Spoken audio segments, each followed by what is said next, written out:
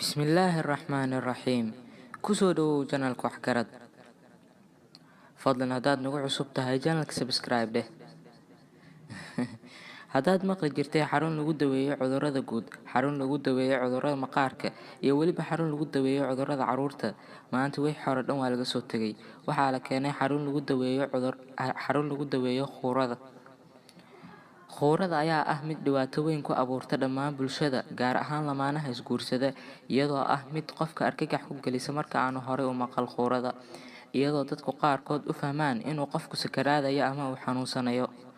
Khuurada waa mid dad badan dhibsadaan ayaa Dr. Alexander Wirth oo u dhashay Jarmalka ayaa sameeyay xarun uu ku soo bandhigay qalab uu rajeynayo inuu xalliyo dhibaatada khuurada. Xaruntan waxaa yaala qalab uu qofka afka uga xirayo kaasi oo bartamaha sanka gaaraya isagoon wax dhibaato ah u keenayn.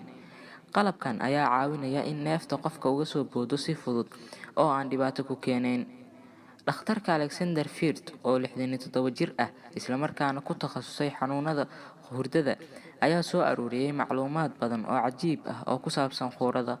Dr. Alexander waxa uu sheegay in raggu marka ay 50 jir kor u dhaafaan ay yihiin kuwo ka cabanaya khuurada.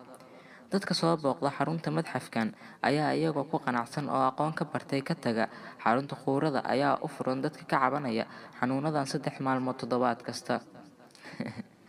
Waayahay, bal adna commentiga noogu soo qabo qof u baahan in la keeno xaruntan.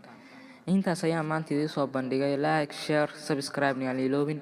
Aad iyo aad u mahadsantiin.